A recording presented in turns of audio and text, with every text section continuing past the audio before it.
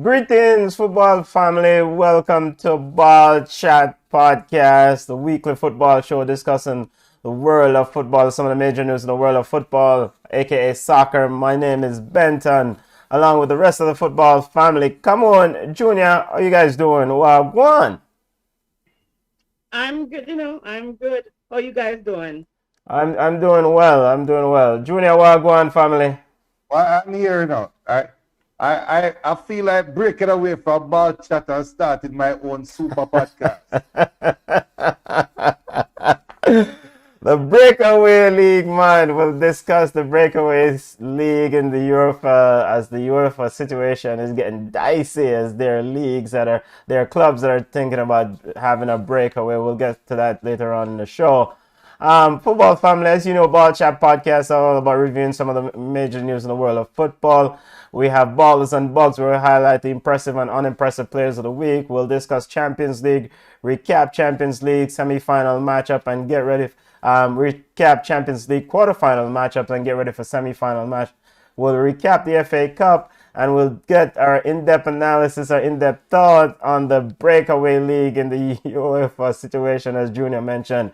But football family, you can join us on Flow Sports live show. You can join the show on Flow Sports Ball Chat YouTube page or Ball Chat Facebook page. You can take part in the show. It's a live and interactive show. We encourage a discussion, encourage people commenting and getting their thoughts in. But football family, we start off today with a bit of sad news. It's with heavy heart that we start off today's show. Unfortunately and sadly, Tremaine Stewart, formerly of Waterhouse, formerly of Dumbleholden, formerly of Portmore, collapsed today. According to Earl Bailey, he was playing football, he collapsed, and he passed away on the way to Spanish Town Hospital. It's really a sad news. Tremaine Stewart, aka Tantan, 33 years old. Come on, and Junior, boy, it's with heavy hearts that we start today Ball Chat show. Your thoughts? I mean, yeah, this ever since the COVID-19, I mean, those things have been a little bit rough. I mean, a lot of people have been losing loved ones, and it is just so unfortunate and so weird that we see all these young people, just seemingly healthy young people, just collapsing and dying. And Tantan was an exceptional free kicker. I mean, he could take the free kick as good as anybody. And he was playing his trade over in Norway, in Finland. He came back and he was doing what he loved back home. Unfortunate, that he passed away this morning. So we're sending our condolences to all his loved ones and all the people who enjoyed watching Tantan play football. I mean, it just goes to show, we talk about it all the time, that we have to tell people how we feel about them. We love them, we care for them. And we have to live our life to the best of our ability. Let go the foolishness and just enjoy life, because you never know. I mean, tomorrow is never promised. So my condolences go out to all his loved ones. Yeah, Junior, before you chime in, Waterhouse Football Club, football family. Waterhouse put out a statement, said the Waterhouse football family offers condolences to the family of former player and national representative Tremaine Stewart, who passed away earlier. Rest in peace, Tantan, as he also represent the Reggae Boys, and he made 12 appearances for the Reggae Boys. Junior, I mean, your thoughts, family. These things, we have done so many of these shows, and it's always a heavy heart when we have these news of, like, come on, say, young, healthy individual, 33 years old, collapse. Junior, your thoughts? Yeah, I can. I will only echo what Kamon said. I echo everything they said, Kamon, and the most important part is this is a reminder for us to tell the people amongst us that we love them and we cherish their friendship, whether they are family, friends, whatever. It's just a reminder. It's sad news, especially during this pandemic time, and it's just sad news still. And may your soul rest in peace. Yeah. Yeah, so prayers up for the family, prayers up for the family, and thoughts and empathy out to the family of Tremaine Stewart, aka Tan Tan. Also, football family, we're scheduled to have Kelvin Jack on with us today, former Trinidad and Tobago number one's goalkeeper and assistant coach for Trinidad's men's national team. You know, he had an emergency, a family emergency that he needed to tend to. And I hopefully we're wishing all the best to Kelvin and his family as they try to address that emergency issues. His mom was sent is in the hospital. So prayers up to Kelvin Jack and his family and prayers up to all those out there who the family of Tantan Tremaine Stewart. Football family, let's get to the show. We'll go to the show today. We'll have ballers and bugs as usual. We'll highlight the impressive players of the week. We had Champions League and we also had FA Cup. Come on, let's get to the ball of the week as the players that you deem were impressive. So I have two ballers. I mean, Chelsea beating Man City was expected. Never expected. but really, I'm a baller out of that. So I have to big up Leon Bailey. We don't normally big up Leon as much as we should on this show. You know, he had 2 goals and 1 assist versus FC Cologne yesterday. FC Cologne yesterday. And not only the scoreline shows how many goals he scored, how many goals he assists on, but it really don't show the quality of the goals. I mean, like he must walk to the people and like, you know, hot knife through butter, you know, and it just shows.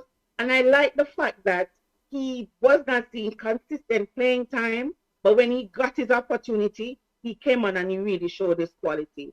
If he's not a regular starter, I don't know why he would want to stay at Leverkusen. So Leon Bailey gets one of my ballers. And I have to give it to Ian Nacho. Listen, we always talk about Vardy as being the superstar for Leicester. But he has taken up the mantle and he has been doing extremely well for Leicester. And he actually scored the only goal today to send Leicester City to the finals to beat my Chelsea? To meet my Chelsea in the FA Cup finals. So he gets my baller as well. So Bailey and Ian Anshaw gets my ballers up to. Maybe they'll beat you Chelsea in the FA Cup final. We'll get the early thoughts on the FA Cup final coming up. Kelechi Iheanacho and Leon Bailey. Kelechi Iheanacho and Leon Bailey are Camone's baller. Kelechi was very good, but Leon Bailey was exceptional. Had a very good game. Leon Chippy Bailey with 2 goals and an assist. Junior, your ball of the week, or impressive player of the week, family. Let me tell you something.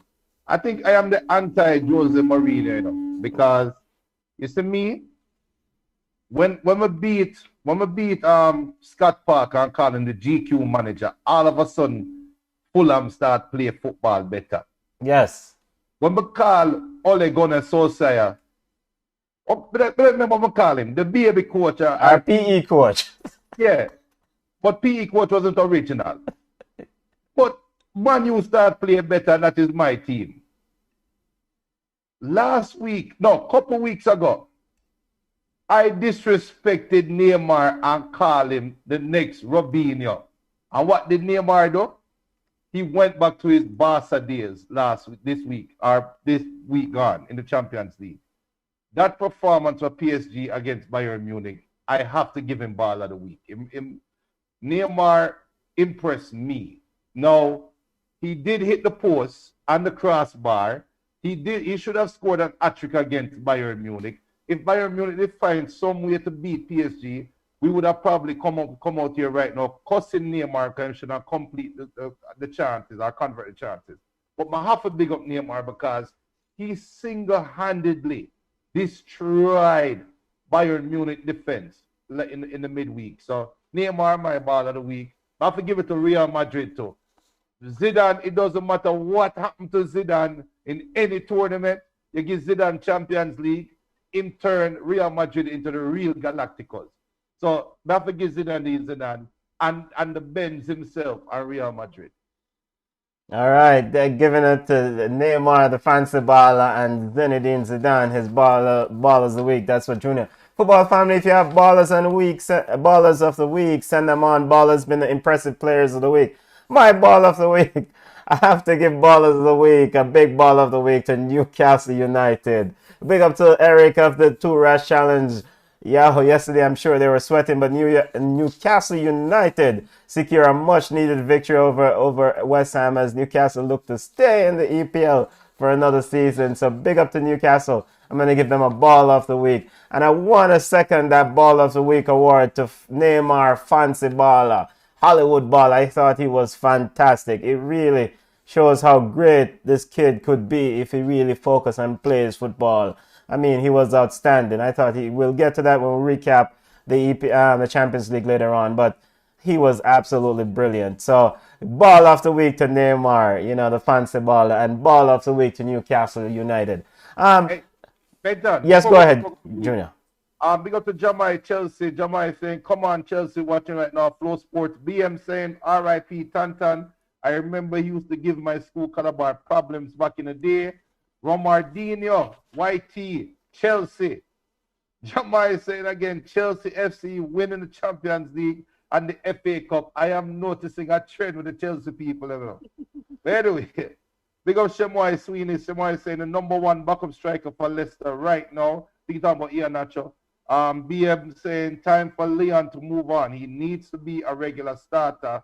A big up, come on, a big up the people. And Jamai saying Goodiga, ball of the week.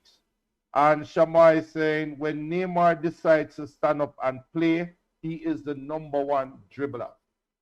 Well, big up the family watching on Flow Sport. Big up to Damian Tomlinson watching us on Facebook or YouTube. Send on your ballers and Bug family. Send them on. Neymar, the throne is there for him to step right in. Messi and CR7, they're on their way down. So it's Neymar want to take that throne. It's supposed to be his. I thought he showed world class skill in that game against Bayern Munich. So let's see what he'll do. He's a Hollywood baller, so we know how he works. It might be a distraction coming up soon. All right, let's get to our bugs of the week or the unimpressive players of the week. Come on, who do you have as your bug of the week watching football? The entire Fulham. I mean, like today I was sitting there watching them and I'm like, okay, what is going on? The last minute, and it's like it's deja vu. It's like Scott, even though Scott Parker thought it was an offside, he was upset. I was upset because more asked now forget them little book. So Fulham giving away 2 points in the final minute of the game is so Fulham. I think they're going to be relegated. I don't see enough of Fulham to think that they can actually win and stay up. Juventus losing to Atalanta for a big name club, although Atalanta is a good enough club. But I think Juventus has effectively relinquished their title for the season. They're not going to win the title. They're struggling. And our question, will the coach be around for next season? Do you think that they will keep this coach next season? So Fulham and Juventus get my bug of the week. They might need the coach for the breakaway league. Come on. We'll get to discuss the breakaway league later on, but Juventus getting the bug of the week for come on, and also Fulham, even though Junior spoke about GQ manager Scott Parker and they're playing pretty well, they're not winning games, Junior. They're not winning games. Junior, who do you have as your bug of the week? What a day to see a coach coaching against Arsenal and drawing the game. A relegation battle coach and get bug of the week. Jano. If that don't spell bug of the week for Arsenal, I don't know what the hell does. Like Fulham. We're talking about Fulham.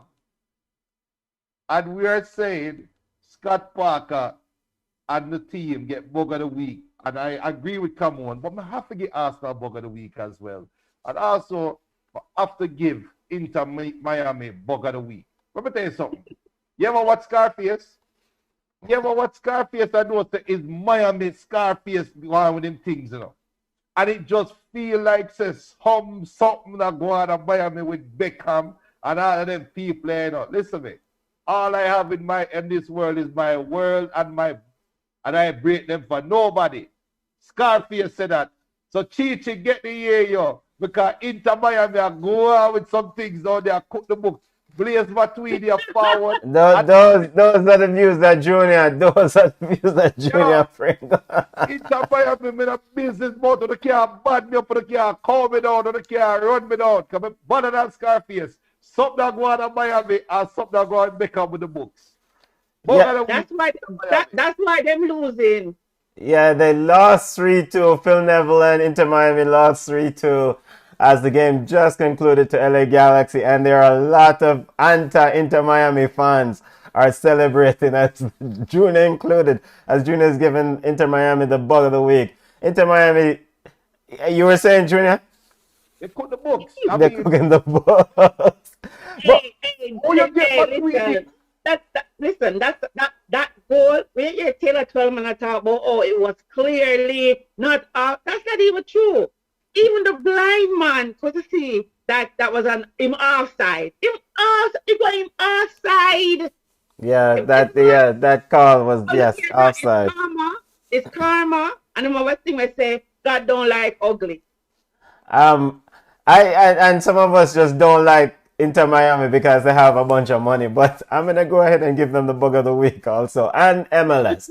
I'm giving MLS Major League Soccer the bug of the week along with Inter Miami.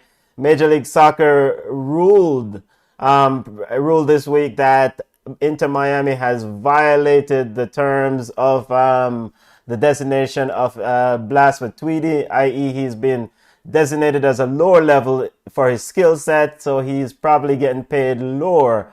But we know that Blas Matuidi is not getting paid lower. So, bug of the week, the reason why I'm giving them the bug of the week, we have yet to find out what are the punishment or the repercussions that Inter Miami will get. Surely Inter Miami cannot get a slap on the wrist for doing this, because David Beckham and the brass at Inter Miami, they know that Blas Matuidi cannot be classified as a TAM player. He's a designated player where his skill set means he should be one of the highest earning player for that club. So bug of the week to the Major League Soccer, to MLS and Inter Miami for trying to skirt the rules of the league. Yes, Joey. Scarface again. When my boy says Sosa, I told you no kids, man. I told you no kids. No women, no kids. Don't play with them Miami boy then. Yes, something. Hey. So Chevron is saying Parma continues to be unimpressive, giving away the lead in almost every match. BM said those are the views of Junior and not Balchard. Thank you very much, BM. Thank you, BM. Thank you. Dama is saying Man City is bug of the week, and Shemoy is saying Matuidi was not considered a designated player. Yes, he was not considered a designated player, and he should have been labeled a designated player because of his skill set. Man, what? Won Olympic title, etc. And what? World Cup title. World Cup title. Sorry, World Cup title. All right, let's get to our football roundup. Let's touch some of the major news in the world of football and start off with Champions League semifinals before us. The fancy baller was impressive. Bayern Munich is out. Your thoughts? If it's not now for PSG, when? Your thoughts? Will PSG win this thing, Fama? Junior. Yes, PSG is going to win. I am bringing PSG to win comfortably. I think PSG has already won the Champions League because they beat the big bad Bayern. You think they've already won? So PSG will play Man City as we'll get the semi-final games up. Come on, your thoughts on your early reading and how the game actually panned out. As we said before, when Neymar turned up. I mean, he was very impressive. He was, arguably the best player on the pitch. If he can be this discipline versus Manchester City, then they'll win it. But when they book up in a big bad Chelsea, they might go lose. I don't know. It's gonna be a PSG and Real Madrid. So, I mean, you're picking PSG to actually beat Man City earlier on. I mean, this is supposed to be the coveted trophy for the one Mr. Pep Guardiola, who actually So defeated Dortmund. if if if if you watch the Chelsea versus Manchester City in the FA Cup semi-final, do you think that? I remember Pep said he started his strongest 11. Him say him 11 was strong. Yeah. If do you think that that Manchester City that played versus Chelsea yesterday um can beat a PSG that's firing on all cylinders? The only thing I think, well, and you know the ball is wrong, so anything can happen. But if PSG is having a good game, Man City cannot beat them. I mean, Ford is now the what is the king of Manchester City. I think him surpass um what boy name Raheem, Kevin De Bruyne. even Kevin too. Yeah. So they're going to rely heavily on Ford, and I think they're going to mark him out of the game. So I Yeah. think PSG will. Yeah, Kevin De Bruyne picked up an injury yesterday in the semifinal. Maybe that's why Chelsea won the game, as some of the Kevin De Bruyne fans will tell you. But you were saying, come on, No, I'm saying you're disrespectful. disrespectful. Football family, once again, we're celebrating the life of and big up to Tremaine Stewart, who passed away.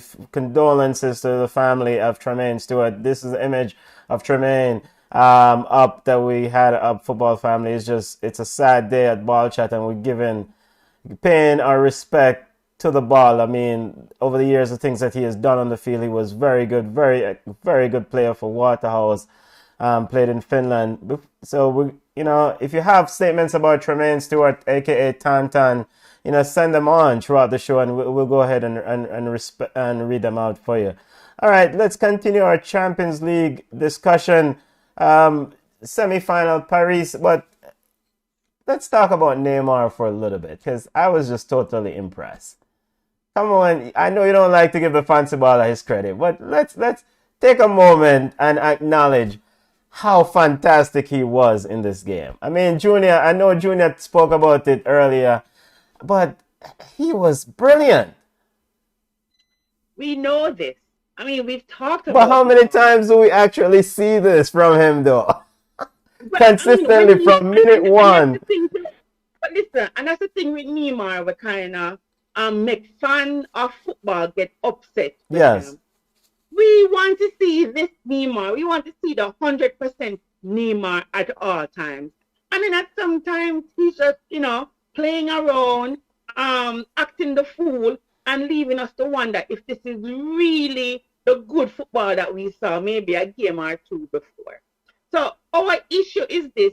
We don't know which Neymar we're going to get. Are we going to get the Neymar who wants a 3-game ban or a 2-game ban and can go Miami go party? I can't wait to celebrate the baller and stop coming with the negativity. I am getting to it. Or is this the Neymar who is going to lead PSG to a championship title and make Pochettino laugh off a top now? I mean, so we don't know. But Neymar is an exceptional footballer. And I am disappointed that he decided not to go back to Barcelona. He's going to stay at PSG because Barcelona could really, really use him. Come on, Junior, come on, sound like an upset Barcelona fan. It does, because the thing, I don't think beating Bayern Man City hinges on Neymar. Yeah. Okay. Beating Man City hinges on PSG buying into the Pochettino system. Okay. Because let's call a spade a spade. What Bayern offers to PSG is exactly what Man City is going to offer. Aguero is not, and watch Aguero score a hat-trick, but Aguero is not the Aguero of old. Gabriel Jesus does not offer the threat of a number 9 that like we expect from a Man City. So Man City's primary attack comes from the wings, right? Yeah. Without Lewandowski, Bayern Munich primary attacks came from the wings. Yeah. And we saw Pochettino isolate Sane and isolate Kingsley Coman. Yeah. Isolate them in the game. And say, if you are going to beat me, we're going to make the business house ball, I'm call it business house. What I'm just bringing from PSG. Yeah, and said, Yeah, "You chop go more thing, yeah. yeah, Chupimata." Yeah. So I am envisioning that happening again. And the question I'm going to ask now is how committed will Riyad Mahrez be? Will Sterling be running back when Neymar and Mbappe break away on the counter attack? And Yeah. that is what they're going to do, and that's what they play. How committed are these people going to be running back? Because we can't call them a three-headed monster. Yeah. Neymar, Mbappe, and Di Maria are Moses Keane. Whoever is playing with the two, they Yeah. are going is a boat race coming against you. So Yeah. Yeah. it hinges on Man City keeping 90% of the ball, one, and two, how good will Fernandinho and Rodri be? Will Pep play two holding midfielders? That's why I think PSG gone with it. Yeah, and as it relates to the other semifinal, before I move away from this semifinal, I want to acknowledge the performance of Idris Gueye in this PSG midfield. You know, once formerly of Everton, a pillar in the Everton midfield. Now he's on the cusp of doing something special with PSG. So he's definitely instrumental in covering and playing, helping to cover those players who are not willing to run back. Real Madrid. This is their trophy. This is the special 13 titles. They're quietly going about their business. I mean, come on. What sort of prayer that you're working on for your Chelsea team against this Real Madrid outfit? I need Timo Werner to stop missing the goal. I need Timo Werner to have a breakout game. I think. Well, I know. You ask what I need. Let me tell you what I need. That's exactly what I need. I need Timo Werner to be on top of it. I need Christian Pulisic to not get injured, to be on top of it as well. I see. I don't know. I mean, like, it's hard not to have a faith in your team, but I don't see how Chelsea matches up with Real Madrid.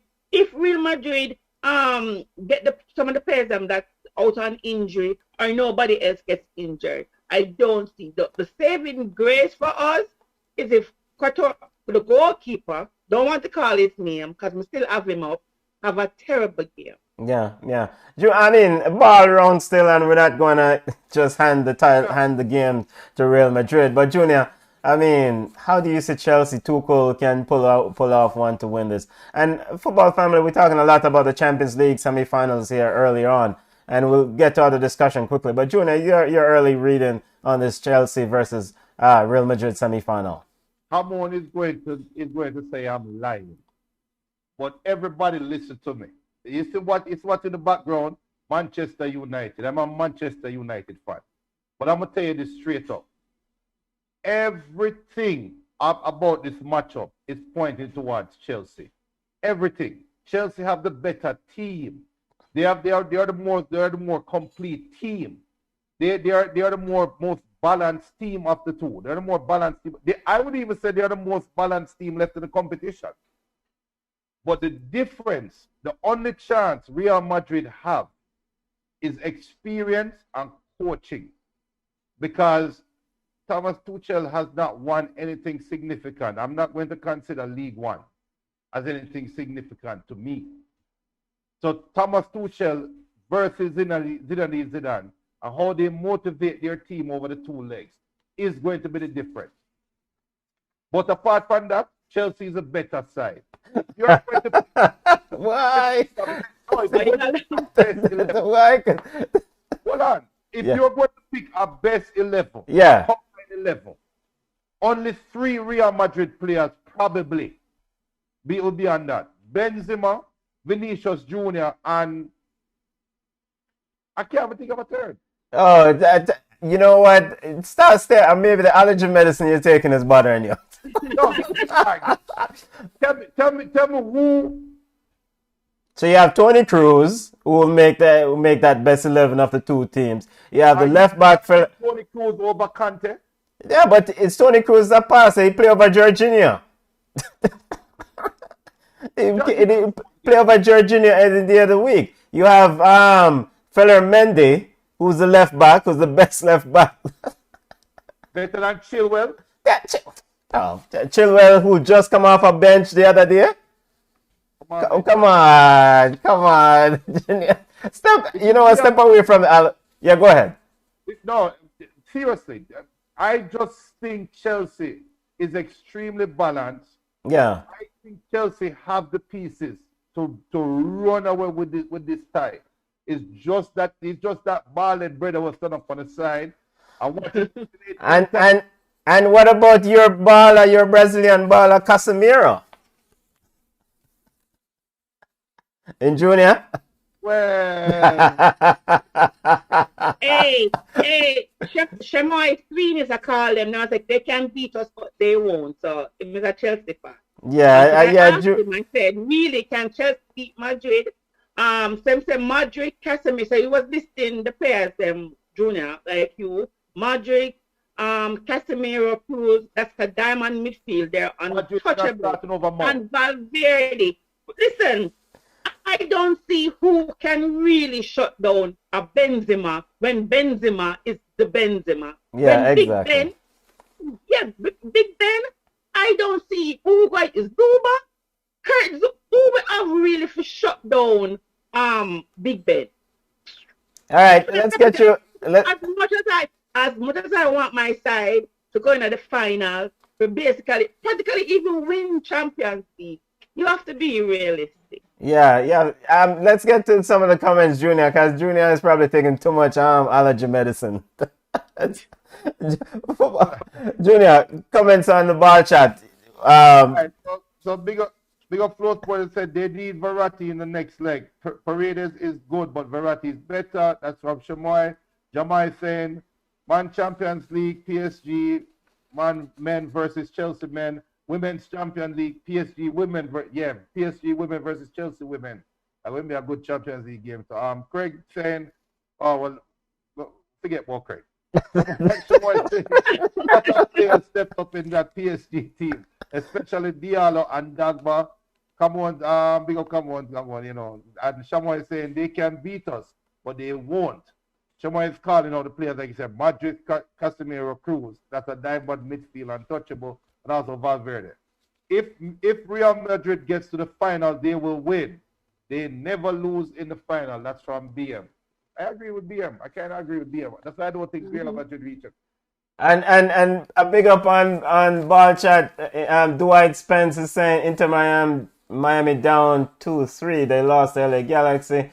As it relates to this PSG to this Madrid versus Chelsea game, Sean White said, for real, Benton, look like him attacked in big head. Well, look like him hit a big head and do too much. Okay, I probably sure this, Brethren. But Sean White says, it's foolishness Junior's talking. Chelsea is not a better team than Real Madrid. Madness. Kiss me teeth. Hey, okay, now. We don't need no advice from the Arsenal fan. We'll get to Arsenal in a second. Arsenal fan, we don't need the opinion. Arsenal fan. He's not an Arsenal fan anymore. Come on. Big up yourself, Marco Pratt. Marco Pratt says, family, Madrid versus City is his official prediction for the final. Anyone else to win it other than Chelsea and City? PSG has a history of choking at these stages. City will win. Okay, wait. And big up Jug. Jug says Pep started that bug keeper from the U.S. national team who not good. Real. Yo, what was he thinking? What was Zach Stefan thinking? Zach Stefan, leave Zach Stefan alone, Jug. Leave him alone. What's up, Junior?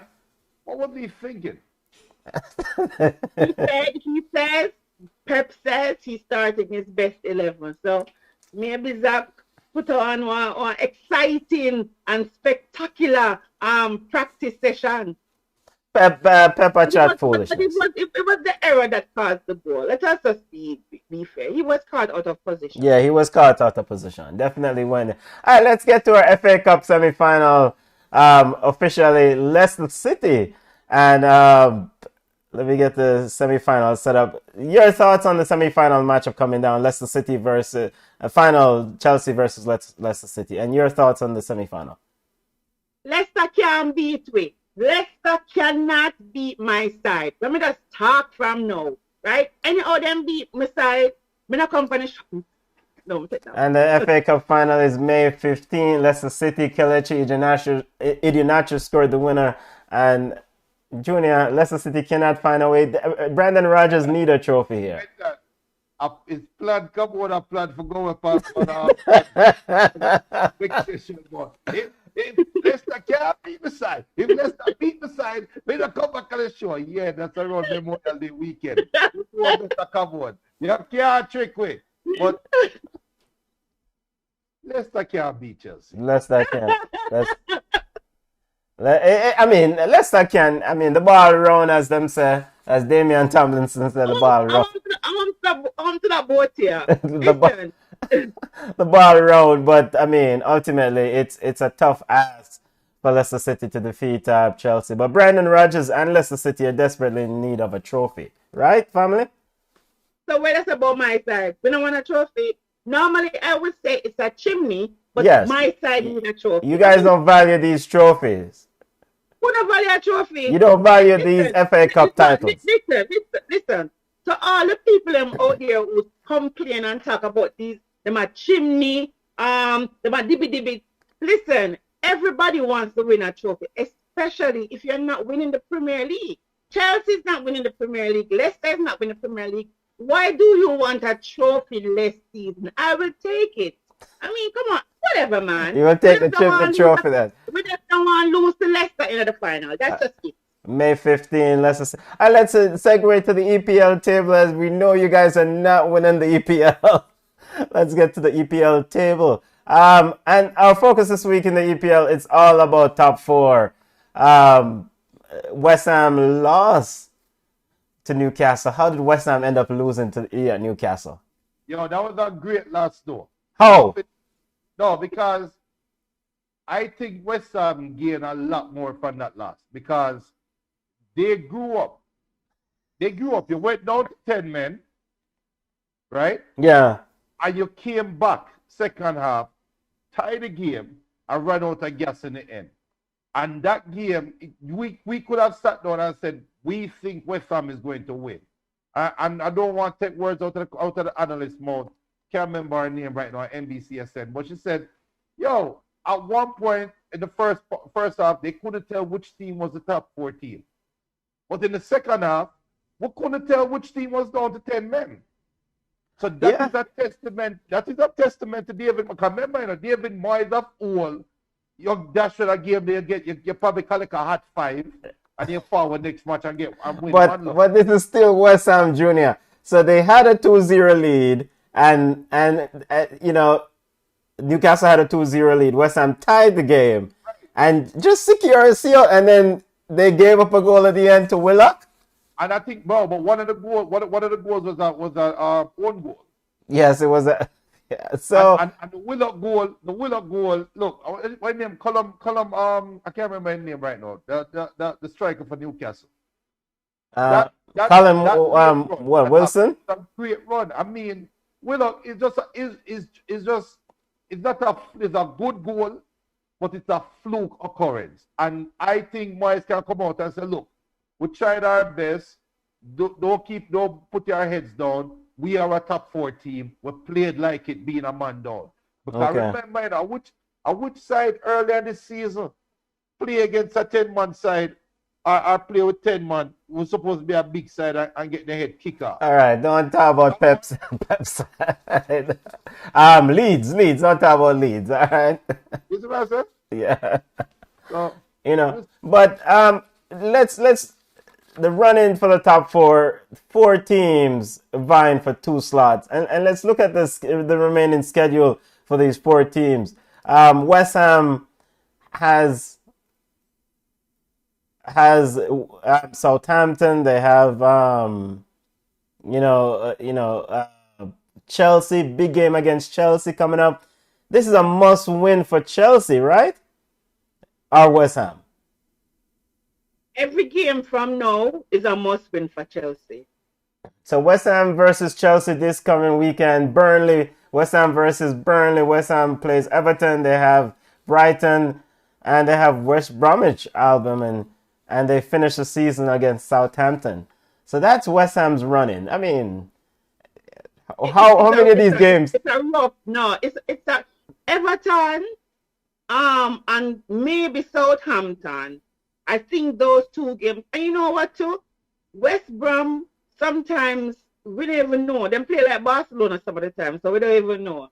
So West Ham, I think, the remaining of the season for them is going to be rough, which is good for me as a Chelsea fan. All right, so Julia, quickly your thoughts. And so 4 teams vying for 2 slots. You have Leicester City, Chelsea, West Ham, and Liverpool vying for the other 2 slots for top 4 finish. Your thoughts on this West Ham running?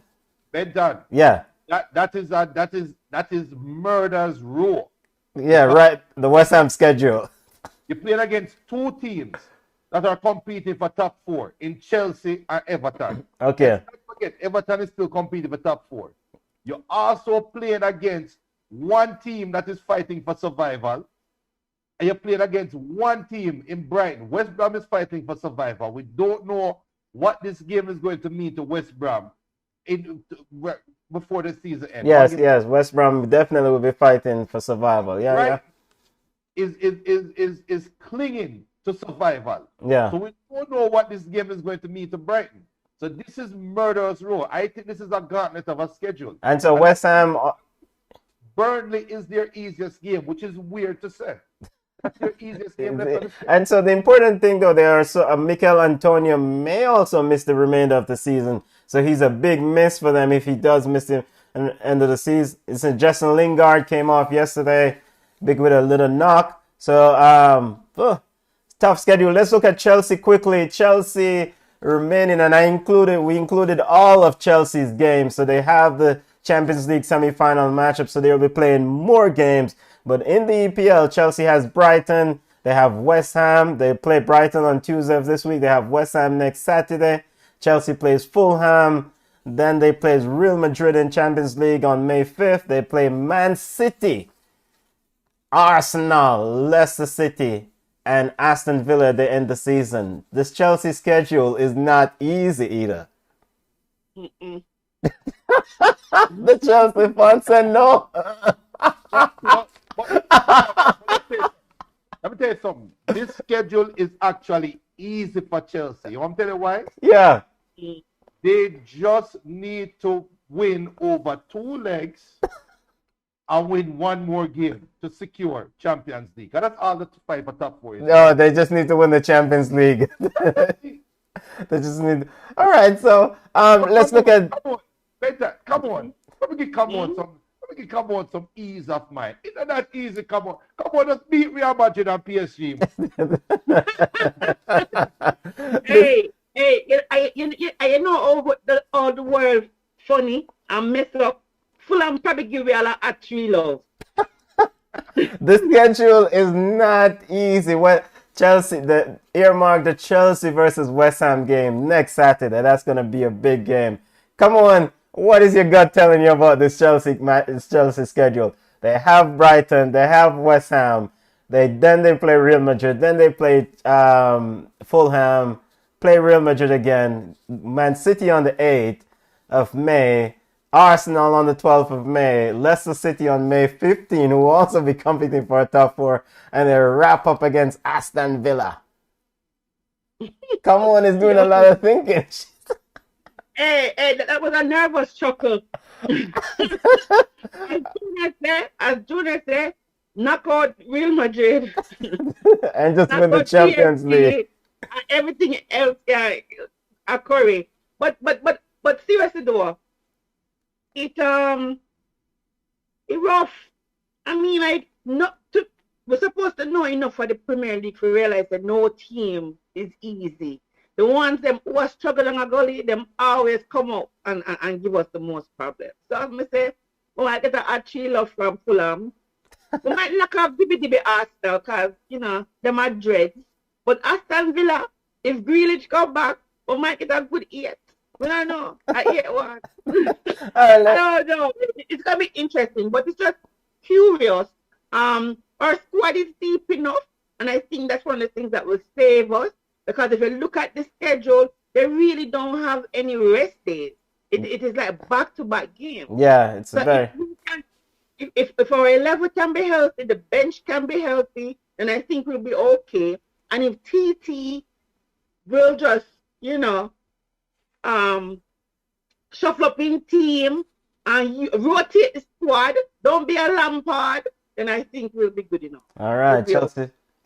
Let's look at the other team competing for top four. Liverpool's schedule as they wrap up the season. Liverpool will play Leeds tomorrow as they wrap up this round of matches. They'll play Leeds tomorrow. Then they have Newcastle on Saturday. They play Manchester United on May 1st, Southampton on May 8th. Then they have West Bromwich Albion and Burnley and Crystal Palace. Liverpool has an easier running, right? Junior. Well, can the Empire that put, yeah, listen, man. Liverpool, yeah, compared to the other teams, it's an easier schedule, yeah. Yeah, I mean, so for Liverpool, they need to win these games beginning tomorrow by beating Leeds, right? They go to Leeds tomorrow. Come on, your thoughts on this Liverpool schedule? Leeds, Newcastle, Manchester United, Southampton, West Bromwich, Albion, Burnley, and Crystal Palace is the last games for them. Top four, they're trying to finish, of course. If it was a last season Liverpool, then I would say everything is a suit. But this Liverpool might just get a hot 4-0 from a Burnley or a 3-1 from a Crystal Palace. It is just not, we're not even sure. But Liverpool should be okay. They should be okay to go toe-to-toe with Manchester United, Southampton, West Brom. I mean, I think they'll be okay. I think they will win majority of these games. You think they get in the top four? No, So how them I going to don't. be okay? Yeah, because they can't be okay if they don't get top four. But the thing is this, so Klopp is at peace. Remember, Junior is always at peace. I think Klopp is at peace to, realizing that this season has been a wash. I think he's okay. You know, really here, he might make a whole bunch of noise. I think he just wants to get this season over with. So even though finishing top four, I don't think it's going to be the end of the world. Just come, revamp and come back.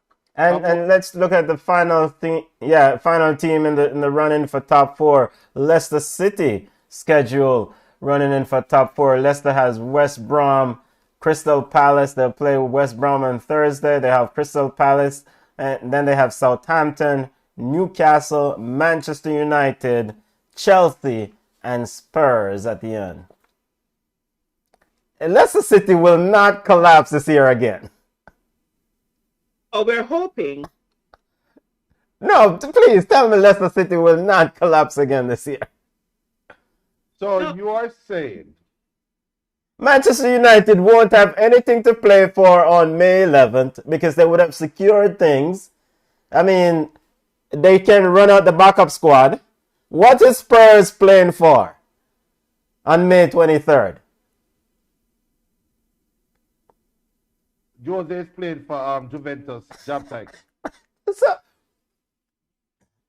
I mean, it's a difficult difficult schedule for Leicester City. I mean, somebody else other than Kelechi Iheanacho need to start scoring some goals, and James Maddison, and hopefully Harvey Barnes will get back soon for them. But this might be another year where Leicester City drop out of the top four at the death.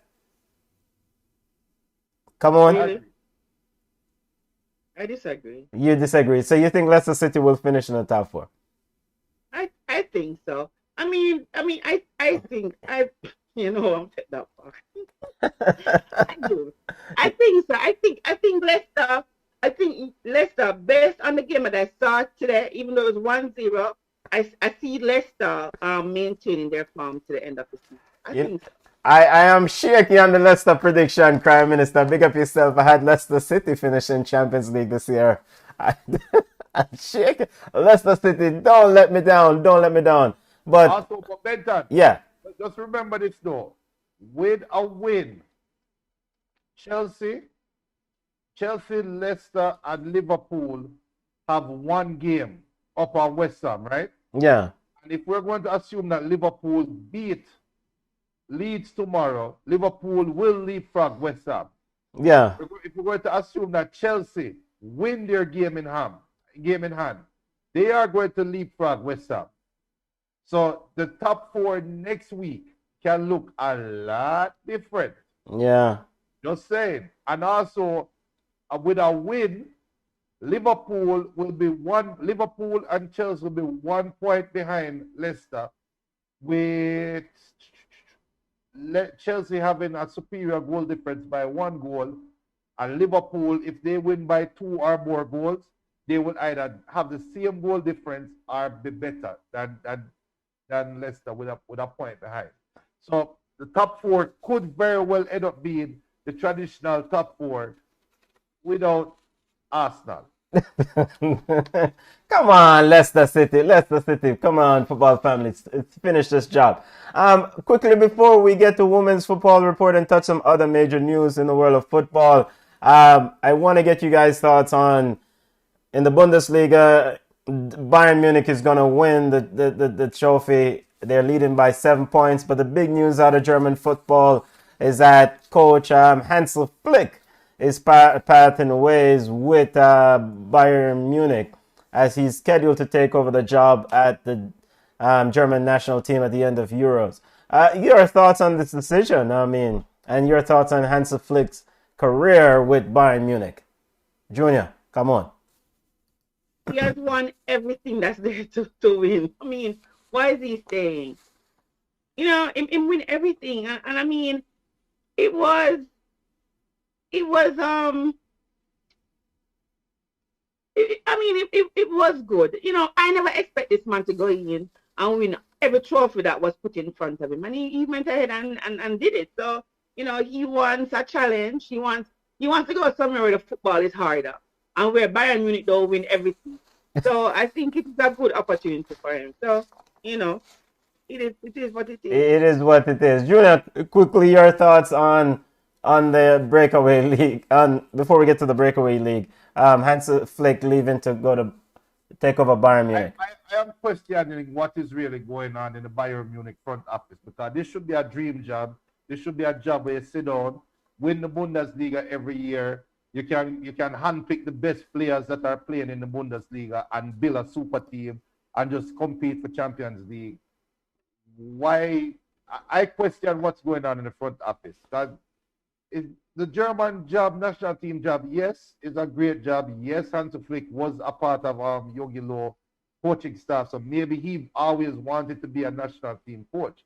But generally, it goes in the other direction, where a national team coach goes and coach at one of the primary clubs.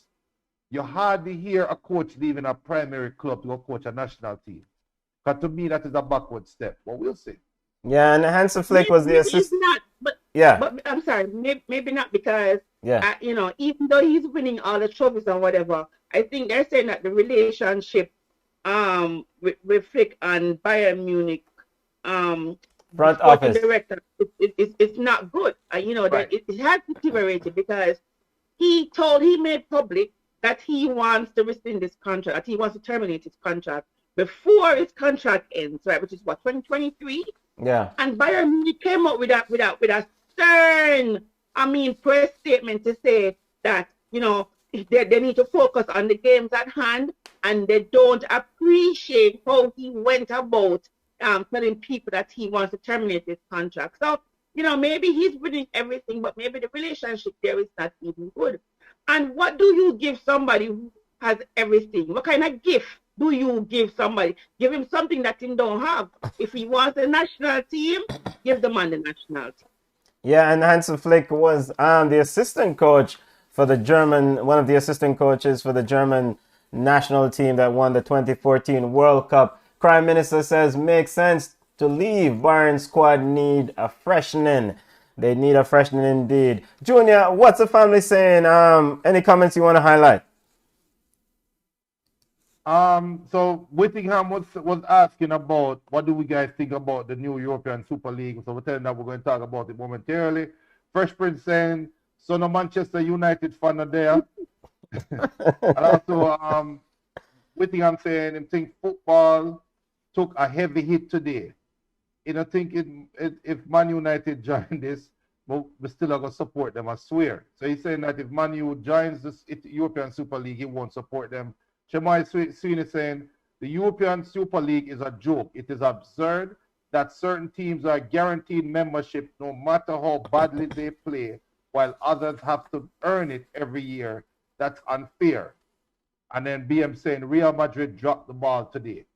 Yeah, Real Madrid drew with Getafe 0-0, and Atletico Madrid won 5-0. They maintain the lead in La Liga. All right, before we get to women's football report, as one of the listeners brought up, the UEFA Super League, or this breakaway league that's been discussed. It's big news coming out of European football today. UEFA Champions League is set to vote to expand the league tomorrow, as the club and the UEFA president and the association meet tomorrow to expand the league. They're looking to expand the league to 36 teams, and they agreed on Friday to divide the revenue a little bit more evenly. So this was negotiated for months, according to Gabriel Marcotti of ESPN, and they agreed to it on Friday. So after this agreement on Friday, a statement came out today regarding the breakaway league. Apparently 12 to 15 clubs have signed an agreement or expressed an interest in joining a breakaway league. Some of these clubs are Manchester United, Real Madrid, Liverpool, Juventus, Barcelona. And this could happen as early as 2022. Clubs would not play in UEFA Champions League if they break away from this. They would also be barred from domestic league, according to the threat that the domestic associations are making. The European Club Association is very much being led by the president of Juventus. The European Club Association agreed to the terms of expanding the Champions League on Friday. Mr. Andrea Agnelli, that president, and then he turns around and signs an agreement to walk away from the Champions League. So I think the bottom line is that these so-called big clubs, AC Milan, Juventus, Real Madrid, Liverpool, etc., they consider themselves big enough to get more of the money, and they felt like they're not getting enough money from the Champions League and how the pot is being divided. Your thoughts from this? I mean, how many times have we heard these stupid clubs talk about they want to break away? Come on, and Junior. I think they were talking about big clubs. So Man U reach now. That's the same question I had. That's the same question I had. How does Manchester United reach in this? And Juventus, who has not won a Champions League since what, the 90s, is leading this as, how is this? I just think it's a money grab. And I just don't understand it. I am not in agreement with it. I think it is foolish.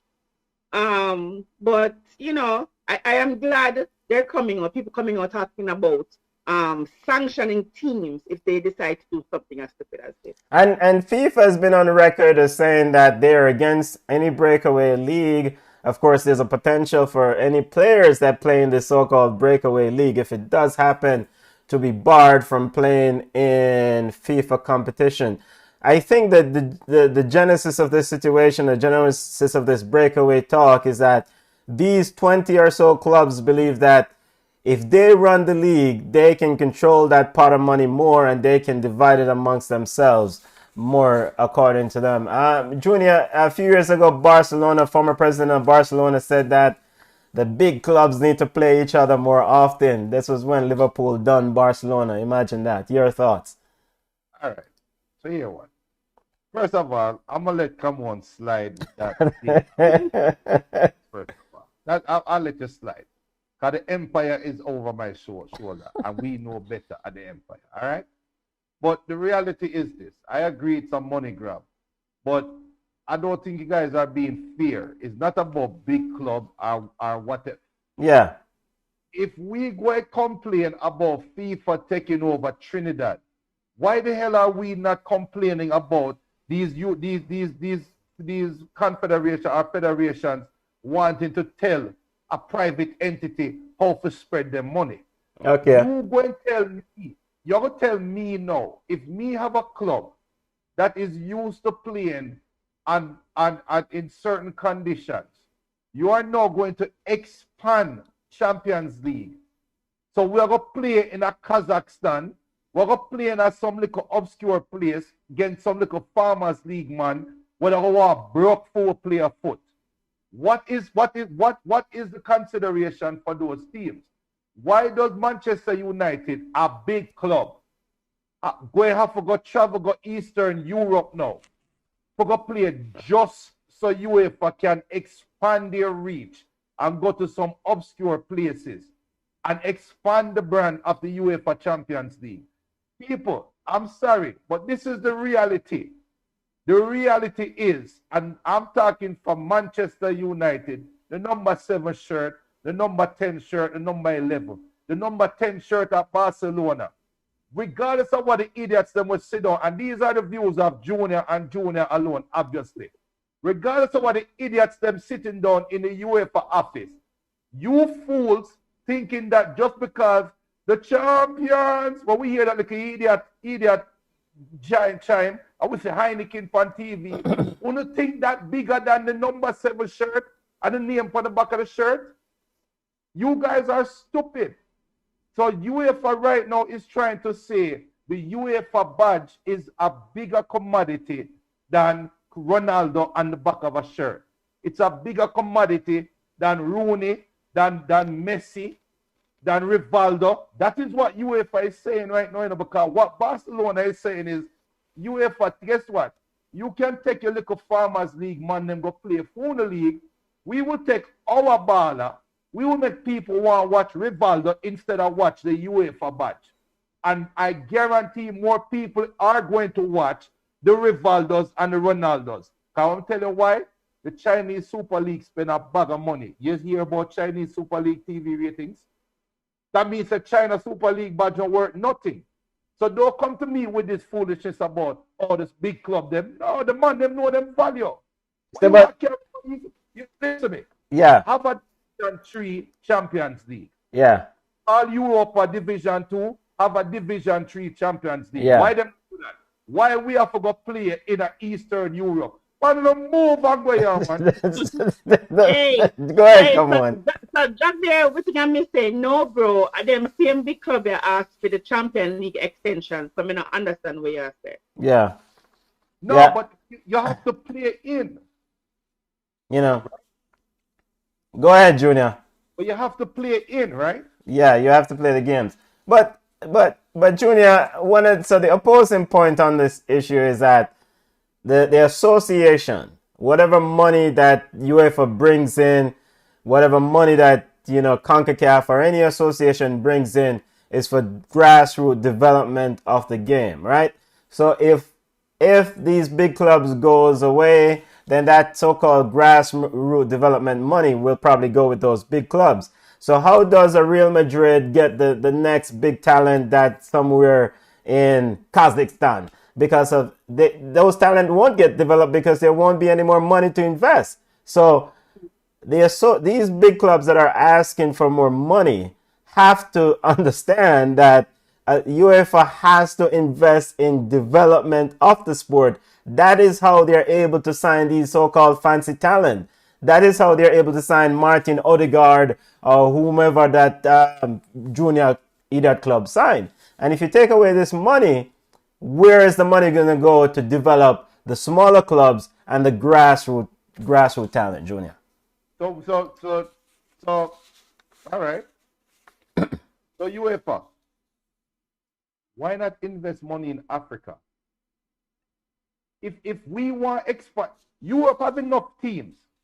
If you are so big about grassroots development and blah blah blah, look at the great continent of Africa. Look at all of the ballers that come out of Africa. Why not develop Africa? If we care about developing the world game and making the game expand and reach all kind of borders, you have some little youth of Nigeria right now. You have some little youth of Sierra Leone right now. You have some youth of Cote d'Ivoire right now. I would have loved to get some of that money. Why we not go Africa? Why we have to force?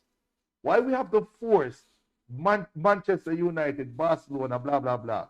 If them man they want to do something on them own, why we have to force them? Why not? If the money was spent fighting this, can't go Africa. Yeah, but so Junior, the FIFA, development and UEFA also contribute some of the money to the FIFA part. So I understand the development in Africa, but Manchester United and these clubs, these so-called big clubs, now have benefited heavily from those developmental funds back in the day when they weren't big clubs. Manchester United wasn't always a big club, and then secondly. These big clubs have an academy. So the argument about developing a baller, so them youth I can find them now. They have academies. Okay, they have an academy. You can't tell me what to do with my money. You can't. Okay, you can't. All right. And so what happens when this tournament gets stale? When you get tired of playing each other?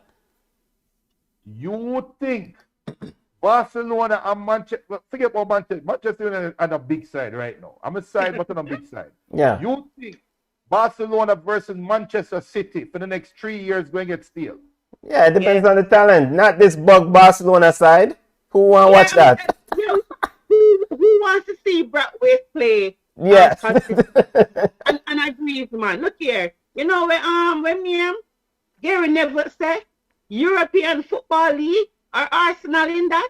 They just drawn with Fulham.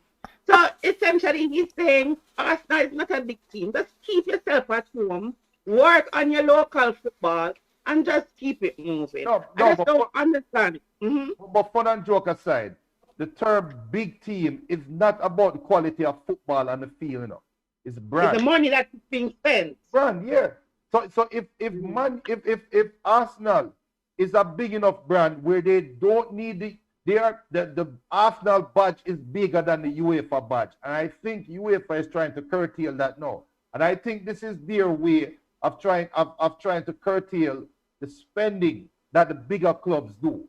So them trying to cap the spending. Yo, look, the train has already left the station. I'm sorry, but this is not the way we go around controlling the big money sides. This is just not it. Alex Ferg. I look at it this way. I never hear nobody cry foul when Brazil had the Nike World Tour. When you remember that Brazil big side, I think 98, they had the Brazil World Tour, the Nike World Tour. When they play, the travelers go play against some side. Yeah. Nobody cry foul. We don't hear anybody cry foul when in the off season Manchester United got tour Asia. Yeah. We don't hear anybody cry foul when Juventus got tour United States.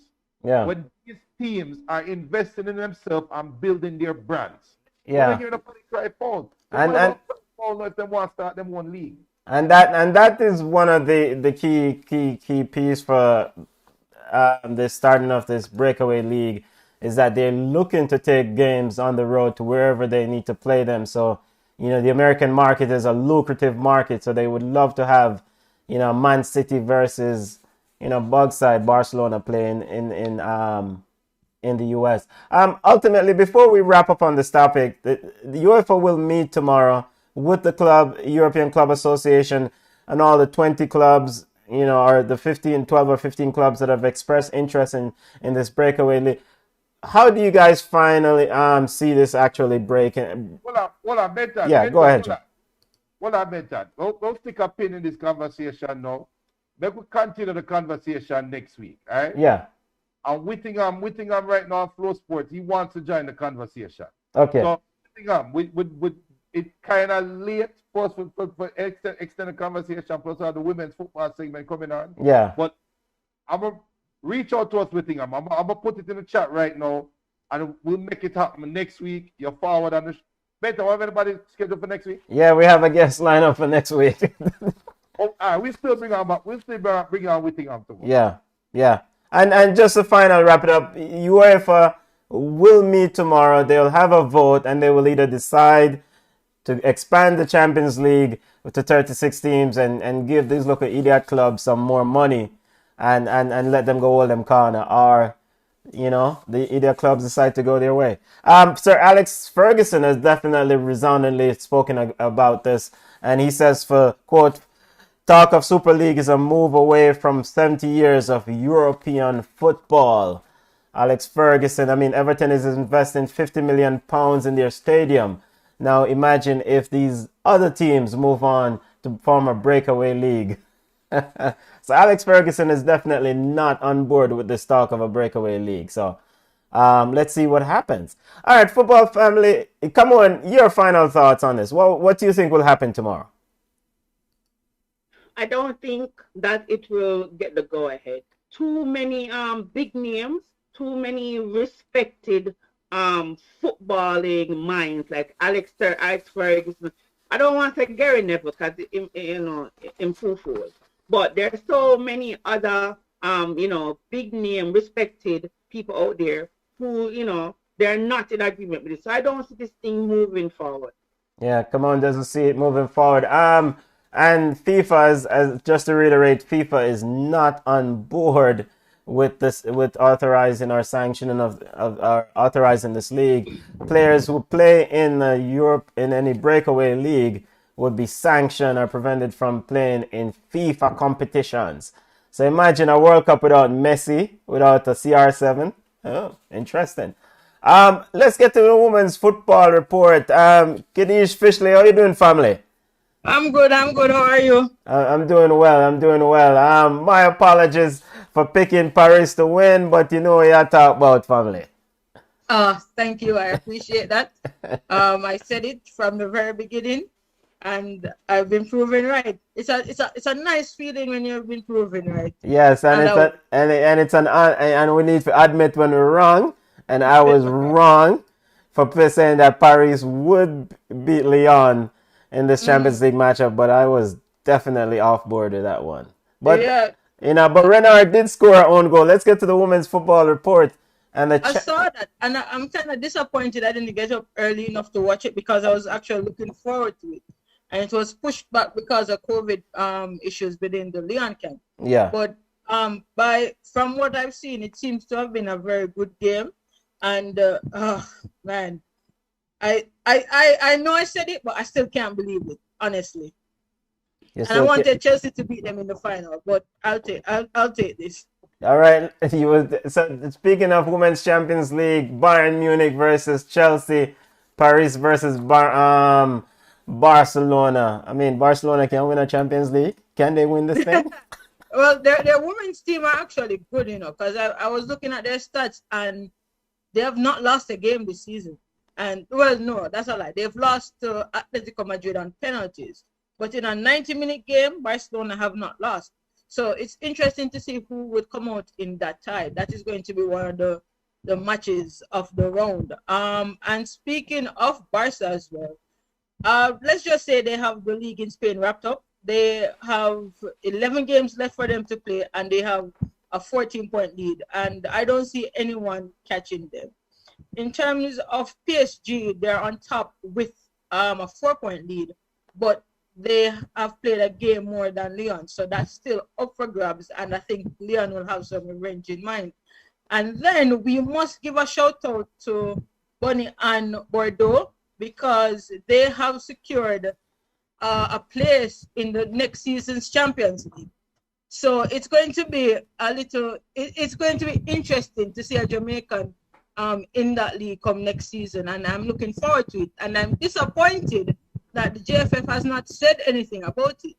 They have 4 games left, and they have a number of they are about 13 or 14 points ahead of the team in 4th place. So that's wrapped up. But they haven't said anything. And then there's a big game coming up this week on Wednesday. Chelsea and Man City play. And this is basically the title decider because Chelsea is 2 points ahead of Manchester City, and so whoever wins this game is definitely the winner of the league. So that's what's coming up this week. Yeah. Before we move away to Chelsea, the Women's Super League, I noticed you stepped past the Bayern Munich versus Chelsea game in the Women's Champions League semi-final. I mean, what go on? How you just avoid the one that's all? No, Conveniently. let me not say that I avoided them. I just think it's a foregone conclusion. Okay. I don't expect um I don't expect anything less than a Chelsea win. I Okay. don't think Bayern Munich is the team to beat Chelsea this season. The Okay. team to beat Chelsea, the only team to me to beat Chelsea has been kicked out of the competition. And that's what, Wolfsburg? No, that's Leon. Leon, okay. All right. Yes. So is it Chelsea's champions, the Women's Champions League? Is what you Yes, and hopefully the men can make it two Okay, champions. okay. Stop the foolishness. No, no, that's not foolishness. All right. All right. As it relates to the Women's Super League table, you said Chelsea women versus Man City is a big Yes. matchup. They're leading by 2 points. Chelsea Right. women, they play Man City. I noticed Rose Lavelle is getting a little bit more playing time, but I can definitely see why she's not playing enough more minutes for Man City. Man City have a stacked squad, and let me just say one of the reasons why I think Chelsea is the team to beat in all competitions. Chelsea played an FA Cup match on Friday, and they rested all of their stars. Pernilla Harder did not play, Samantha Kerr did not play, Fran Kirby did not play, Millie Bright did not play, and some of our first team players were on the bench, and we were still able to go out and completely dominate a game from the first whistle to the last. Okay. Man City had to play a strong team in the FA Cup. Okay. That's the difference between the squad. So again, I don't see Chelsea losing any trophy this season. Okay. So the title decider. Before anything else from the football report, women's football report? No, that's it for now. That's it for now. I'm just hoping that the rest of my predictions for this season come true, Yeah. so that I can look like a real genius when it comes on to this. You're definitely getting them right, family. Definitely. We're gonna take you to Vegas next time to make these predictions. You're part of the Jamaican football family. You've heard the news of the passing of Tremaine, Stewart, Tan. I mean, your thoughts on the sad news, and knowing that you're part of the football fraternity, and just the sadness of this whole situation. The thing is, a friend of mine was actually on the field when it happened. Yeah. So he told us that it's like it was a free kick, and the guy just stepped to the side to give him some space and just collapsed to the ground. And he's 33, I'm 31, and things like that. You can't, it kind of bring up your sense of merit is not the right word I'm looking for. Yeah, Your man. mortality. Yeah, man. Mortality. You're more mortality. Yes. Yeah. Yeah. And I'm someone who will go out and play football as well. So it's very sad. It's not anything. It's something nobody can prepare for. It's just one of those freak things that happens, and it's very sad to hear. Yeah, too many times we've heard this news of players collapsing on the field, whether it be a Jamaica or and there's just sad news. Football family, thank you. Stay safe. So when does Man City and Chelsea play? Wednesday? Well, they play on Wednesday. Yes. Okay. All right. I don't remember. I don't remember the time, but I think it might be 12. But I will tweet you guys with the exact time. Okay. Football family, stay safe. Thank you so much, family. You're welcome. All right. Ball Chat family, as we wrap up the show, we're going to get ready for Yard Ballers. Come on, we're getting ready for Yard Ballers, but quickly, your thoughts on week 1 in the MLS before we go. Your team, DC United, won, and my team, Atlanta United, look buggish. Come on. And Junior. But the position are you that talk about, you have the best coach and the best player. The team look away. It looks away. It looks, oh, God. It looked bad. It looked like the Frank de Boer era. That's what I like it, man. Cut mud field cock.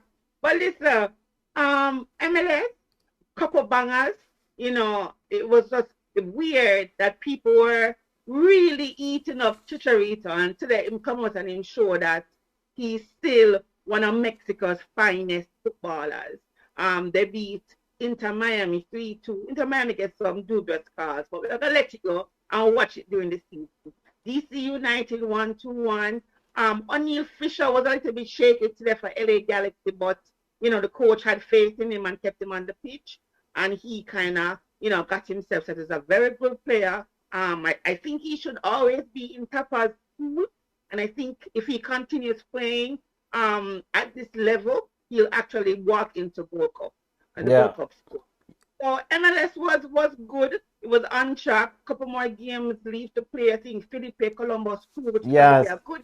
Yeah, We Philadelphia should have plays Corey Columbus Burke. Crew. Yeah. And Yeah, we should have Vancouver. Corey Burke, and we should have and the number one goalkeeper Andre Blake on the pitch today. So a couple Jamaicans. Our guy Justin, his team never do so well, but MLS started with a bang this weekend, and Yeah. I'm pleasantly surprised at what I'm seeing. Yeah. Justin McMaster and Minnesota United picked up 4 from Seattle Sounders. He entered the game later on, so he made his official debut, MLS debut. Later on, we have Columbus Crew versus Philadelphia Union with the big bad Andre Blake, and Vancouver Whitecaps versus Portland Timbers at 10 p.m.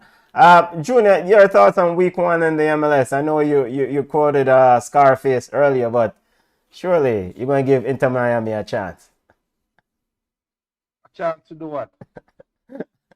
No, before you cast them as saying that they're cooking the books, Junior. Okay, Junior. Yo, let me tell you something. The MLS, I don't want to say parody. I don't want to say parity, but is one of the closest things we're going to have to a balanced league where anybody can win. We said that last year. I kept saying that last year when we said who's the favorite. It's hard to determine who's the favorite. It's harder now because Inter Miami is for real. Let's see if there'll be dark points or what kind of punishment they'll be getting. Dark You have points. a lot of good teams out there. You have a lot of high potential teams. And I think MLS is healthy. So at the start of the season. Yeah. And Robin Fraser, Jamaican Robin Fraser and Colorado Rapids drew 0-0 with FC Dallas. We also have Tyrone Marshall, assistant coach at Real Salt Lake. So quite a few Jamaicans in and around the MLS setup, and throughout the season we'll give you updates on the league. Come on, let's get to Yard Ballers, highlighting Jamaican players playing their trade overseas. I mean, surely Javon East didn't score again. Yeah, Javon East score one more time. No. So Denisha Blackwood made her debut for the Houston Dash in a 0-0 scoreline. Khadija Shah scored a penalty to seal a 2-0 victory for her team.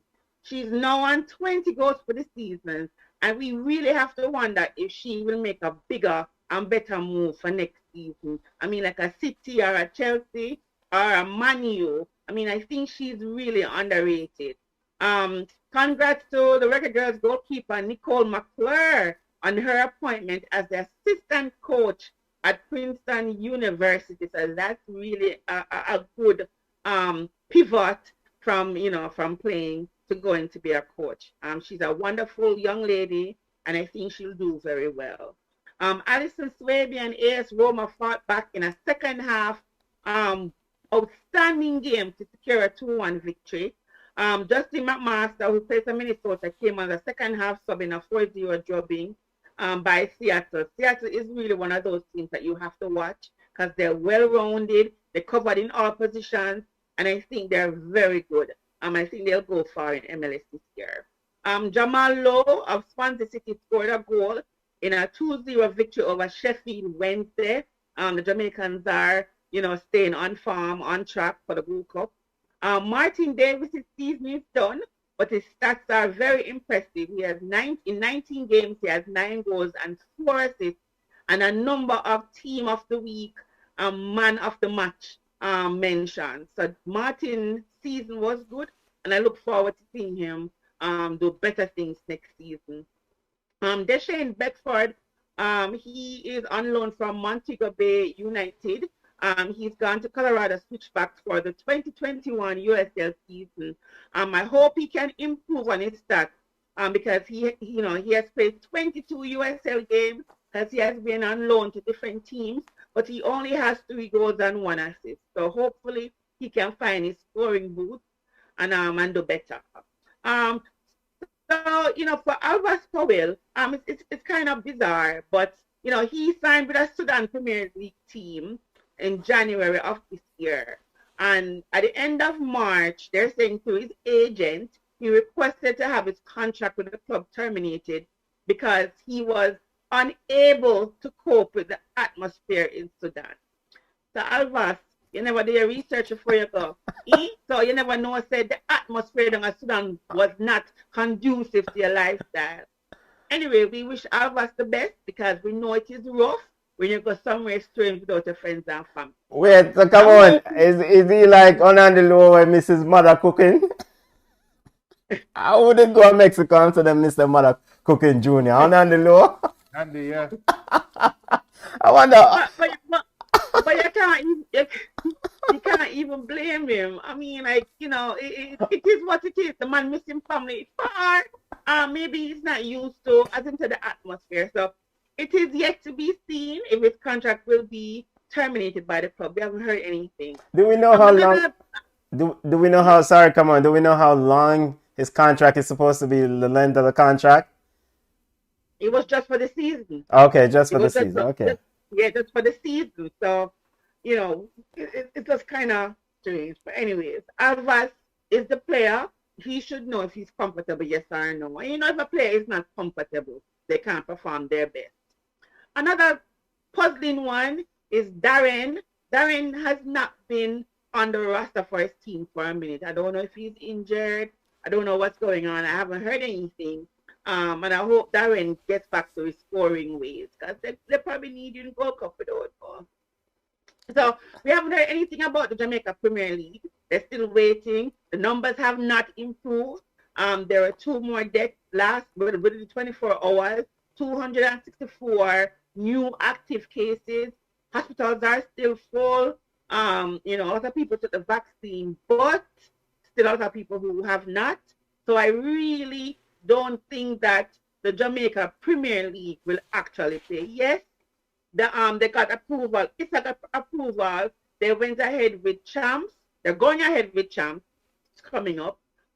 So I just don't think there's going to be any Premier League. CASAFA canceled Super and Major League. That's another thing. The president Wayne Shaw said they had to cancel because of the COVID-19 pandemic. He said it's the second straight season that they have canceled, and it's not going to be, it's not going to work out for them. There will be no senior competitions, but they'll try to see if they can start the youth competitions to see if they can get the youth starting to play football.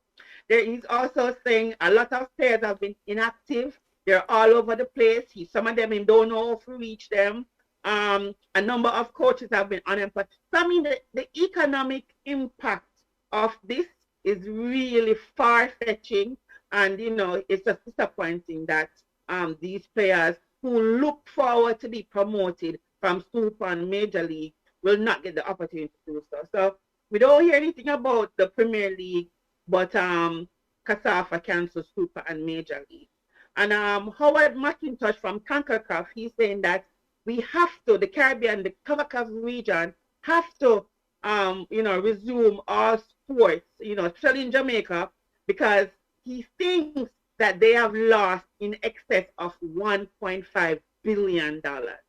So, it's going to be rough to see what's going to happen, but I don't think that football will resume in Jamaica anytime. So that's my yard ball ground. Hey, go ahead, Junior. Before we cut out, we have to send thoughts and prayers also up to Darren Moore, yes, who is suffering from pneumonia and the COVID effects of COVID-19. We're still in just a sad reminder that we are still in a pandemic, people. And Darren Moore, fight through it, General. Fight through it. We're hearing some bad things that you're going through, but you are a strong general. So prayers up from the Ball Chat family to you as well, and get through. And prayers up to everybody that has been affected by the pandemic, by the COVID-19 pandemic, whether you've been touched by the actual virus, or your lifestyle or your well-being has been affected by the virus, because a lot of people out there suffering financially and physically. So prayers up to all of you guys. Yeah, man. Prayers up before we head out. As thank you, Junior. Remember, and Darren Moore. Darren Moore wrote, quote, I wrote to the website, quote, I have developed pneumonia as a result of COVID-19 with blood clots on the lungs and extreme discomfort. So prayers up, end quote. He was in isolation, then he returned, and he had to go back in isolation. So hopefully Darren Moore will make a full recovery. Junior, any final comments that we want to highlight before? Big up Ramon Osborne, big up yourself, family. Any final comments we want to highlight before we go? And come on, did the Martin Davis team make it to the Europa League qualifying tournament? They did. They did. Okay, so big. So he might be playing Europa League next year. Okay. If there's not a breakaway league. So BM is saying, I heard Dwight McNeil from Burnley may play for Jamaica. What do you guys think about the player? I've seen him play. I don't know why Manchester United let him go. Junior, you probably can talk about that. A 6-foot winger, I mean, is a good thing. So I liked him. I like what I saw. I mean, like, if England don't want him, I mean, why not? The more the merrier. Jamaica can do well with a winger / midfielder. Who else? Alfred said Chelsea to the world, and Richie Royal Production says this isn't good for football. It's not, Richie. I mean, it really isn't. And I mean, we'll talk about it, but it is really a problem. You think about the fathers who depend on that salary from football to support his entire family. Then know, jobs are lost. Then what's going to happen? So there's a domino effect, and it's just rough all around. I don't know what they're going to do. No, but the proposal that you made the other day, the suggestion, the league is sitting on what, 87 or $100 million, that however much. I mean, pay them part of their contract. No, and so they can have some money. I mean, and then when the season starts, then they adjust. They adjust. I mean, it's a complicated issue. I don't see why they can't just go ahead and make some arrangements so that they can get some sort of salary now. Because like you said, those families are heavily affected without the salary coming in. Right. I mean, and that is. You would think that is kind of common sense. It's just like you hire an employee, and you're helping them the first month because they don't have no money. So you give them out of petty cash. And if you have to kind of take it back from the salary. And we're not talking about no fringe players. We're talking about players that you have a contract with and they're on the roster for your club. I mean, like something to tie them over so they're not going to turn gunman, going to turn thief. Because trust me, I understand. When somebody is down and out and cannot provide for their family, is the worst feeling ever. So hopefully, something comes about.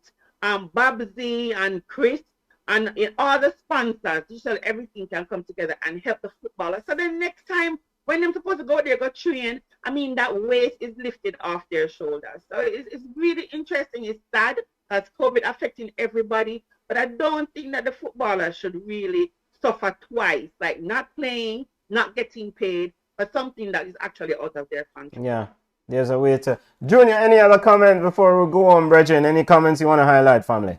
No, but Whittingham will be on. We're going to get Whittingham on next week. We're going to continue the Super League conversation next week. And Camon also highlighted about the baller that she's here about play for Jamaica. So yeah, and before we go, one more thing. The show I run wide to that.